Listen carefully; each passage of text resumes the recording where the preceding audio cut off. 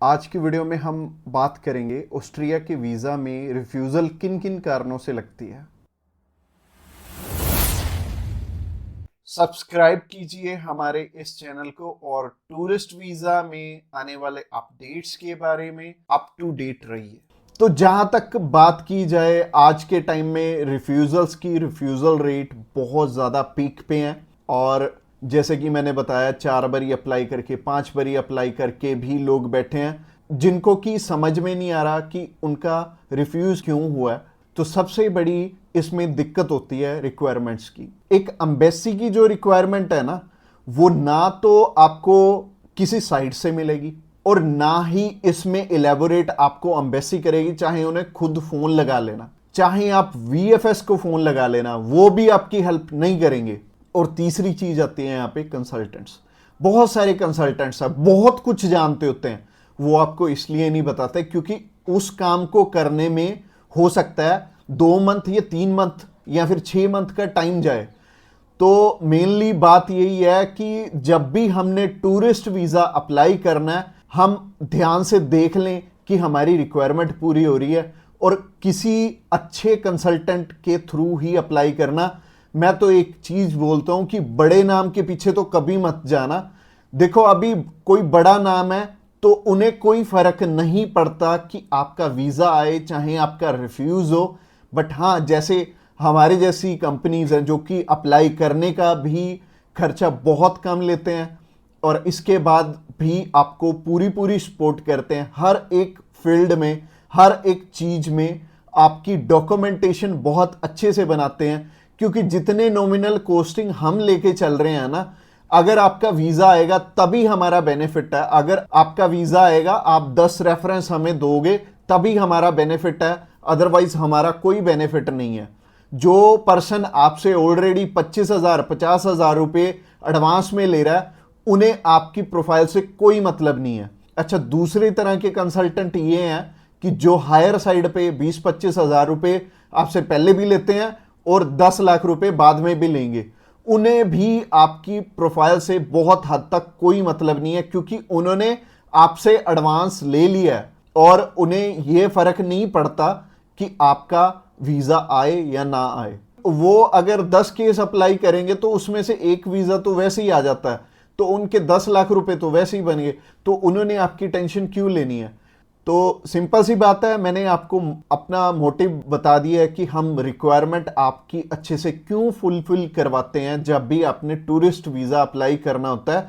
क्योंकि हमें आपसे बहुत कम पैसे मिलने हैं। अगर आपका वीज़ा नहीं आएगा, आपसे हमें रेफरेंस नहीं मिलेंगे, तो हमारा फायदा ही नहीं है इस काम में आने का। इसके अलावा पहला रीज़न तो हो गया जो कि रिक्वायरमेंट के ऊपर है कि रिक्वायरमेंट अपनी बहुत अच्छे से समझ लेना और पूरी कर लेना, तभी वीजा अप्लाई करना। और दूसरा रीजन है कि आपके फाइनेंशियल डॉक्यूमेंट्स बहुत अच्छे से फुलफिल नहीं हुए होते। तो फाइनेंशियल डॉक्यूमेंट्स अगर अच्छे से पूरे नहीं होंगे तो एम्बेसी आपको वीजा आप ही बताइए कैसे देगी। उन्हें एक प्रॉपर प्रोफाइल चाहिए, उन्हें ऐसी प्रोफाइल चाहिए कि स्टेप बाय स्टेप आपके सारे डॉक्यूमेंट्स आपस में मैच कर रहे होने चाहिए। जैसे कि आपका जो ऑक्यूपेशन है, वहाँ से आपकी कितनी मंथली इनकम आ रही है और क्या वो उसी प्रोफेशन से इनकम आ रही है आपकी, और आपके फाइनेंशियल्स आपस में मैच कर रहे होने चाहिए, तभी आपका वीज़ा लगेगा। तो अगर आपको नहीं पता है कि आपके फाइनेंशियल मैच कर रहे हैं या नहीं कर रहे, तो आप क्या कर सकते हैं, आप अभी हमें कॉल कर सकते हैं। आप जान सकते हैं कि आपके फाइनेंशियल अच्छे से मीट कैसे होंगे। और कॉल तो आप इस वीडियो के एंड में ही हमें करना, क्योंकि आगे जो रीजन है वो भी बहुत स्ट्रॉन्ग रीजन है कि आपका वीजा इन इन कारणों से भी हो सकता है। प्रोफाइल का तो मैंने आपको बता दिया कि आप हमें कॉल कर लेना।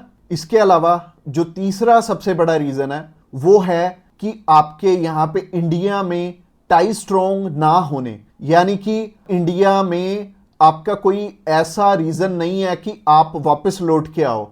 जैसे कि मैरिड है अगर कोई, तो उनकी वाइफ उनका रीजन बनती है वापस आने का, और अगर कोई अनमैरिड है उसको थोड़ी सी प्रॉब्लम ही आती है। बट इसका भी सोल्यूशन है कि आप बेटर है, अगर आप 20-21 साल के हो, 22 साल के हो, तो बाहर जाने के लिए मैरिज तो करोगे नहीं, तो कर क्या सकते हो, आप अपनी मम्मी या फिर अपने पापा में से किसी एक जने को अपने साथ में अप्लाई करवा लो। इससे क्या होगा कि अगर मम्मी आपके साथ जा रही हैं, आपका नहीं है वापस आने का स्ट्रॉन्ग रीजन, बट उनका बन गया, तो उनके चक्कर में आपका भी वीजा आ जाने वाला है। तो आप कर क्या सकते हो, या फिर मम्मी या फिर पापा को अपने साथ में अप्लाई करवा लो, तो ज्यादा अच्छा रहेगा, आपका भी टाई स्ट्रांग हो जाएगा। तो तीसरा रीजन हो गया। रीजन नंबर 4 की तरफ बढ़ते हैं। और जो चौथा रीजन है वो ये रीजन है कि आप यहां पे घूमने के लिए जा रहे हो, आपका पर्पस मैटर करता है। जब आप कवरिंग लेटर बना रहे हो तो कवरिंग लेटर ये तो आपके हाथ में नहीं है, ये तो आपके कंसल्टेंट के हाथ में है कि आपका पर्पस बहुत ज्यादा स्ट्रांग होना चाहिए, तभी आपको एक कंट्री वीजा देगी। और वीजा उन्हीं को मिलेगा, लाखों लोग अप्लाई करते हैं जिनका की एक पर्पस होगा, जिनका एक कारण होगा बाहर जाने का। वीजा सिर्फ उन्हें ही मिलने वाला है जिनका एक रीजन बहुत ज्यादा स्ट्रांग होगा। तो रीजन बहुत ज्यादा आपका स्ट्रांग बनाएंगे अगर आप हमारे थ्रू अप्लाई करेंगे। तो ये चौथा कारण था आपका वीजा रिफ्यूज होने का। और ये 4 कारण ही हैं जो सबसे बड़े रिफ्यूजल के आपके चांसेस बनते हैं। जिन कारणों के पीछे ये चारों चीजें अपनी ठीक कर लो, और जैसे मैंने पर्पस में बताया, पर्पस आपका बहुत ज्यादा स्ट्रांग हो जाएगा अगर आप हमारे थ्रू अप्लाई करेंगे। तो अगर आप हमारे थ्रू अप्लाई करना चाहते हैं, आप जानकारी लेना चाहते हैं कि आपके रिक्वायरमेंट पूरी है, क्या आपके फैमिली टाइज स्ट्रांग है, तो आप अभी हमें कॉल करके पता कर सकते हैं कि क्या आपकी रिक्वायरमेंट अच्छे से पूरी है, क्या आपके फाइनेंशियल डॉक्यूमेंट जो कि सबसे ज्यादा इंपॉर्टेंट है आपस में मैच कर रहे हैं। इसके अलावा जो तीसरा कारण था वो था आपके फैमिली टाइज कितने स्ट्रांग है। इसके अलावा चौथा कारण है कि आपका पर्पस हम कितना स्ट्रांगली लगाएंगे। इसके ऊपर आपका वीजा डिपेंड करेगा। और वीजा चाहे आप फर्स्ट टाइम अप्लाई कर रहे हो, चाहे ऑलरेडी आपके 1 रिफ्यूजल है, 2 है, 3 है, 4 है, जितनी मर्जी आपकी रिफ्यूजल्स हैं, मैटर नहीं करती। हमारे पास बहुत सारे लोग आते हैं, एक पर्सन का हमने अप्लाई करके दिया था और उनका टोटल 12 बार रिफ्यूज था, 13th टाइम उनका वीजा आया था। और मोस्टली लोग 1 बारी, 2 बारी, 3 बारी, तो बहुत सारे लोग रिफ्यूज होते हैं। कई लोग तो 4-4, 5-5, 6-6 बार रिफ्यूज होते हैं। इवन उन्हें यह नहीं पता लगता कि हम करें तो करें क्या। वीजा तो हमें लेना है, और लेना भी बिल्कुल सही मायने में है, एक्स्ट्रा पैसे दे के नहीं लेना, एक बिल्कुल नॉमिनल चार्जेस में ही अप्लाई करवाना है किसी से। तो उस कारण में वो ट्रैवल हिस्ट्री वाली साइड भी जाते हैं। तो ट्रैवल हिस्ट्री वाली साइड मैं तो बिल्कुल नहीं बोलूंगा कि आपको ट्रैवल हिस्ट्री बनानी चाहिए, क्योंकि इस टाइम एयर टिकट्स ही इतनी महंगी हैं कि अगर आप एक कंट्री में भी ट्रैवल करते हैं तो आपका 70 से 80 हज़ार रुपये लग जाते हैं। इसके अलावा अगर आप 3-4 कंट्रीज में ट्रैवल कर लिए तो आपके 3-4 लाख रुपए खराब हो जाने वाले हैं। और जैसे कि मैंने आपको पर्पस वाली वीडियो में बताया था, 15 से 16 हज़ार रुपये में आप हमारे थ्रू अप्लाई कर लेंगे और आप कम से कम 3 लाख रुपए में अपना 20 बारी अप्लाई कर पाओगे।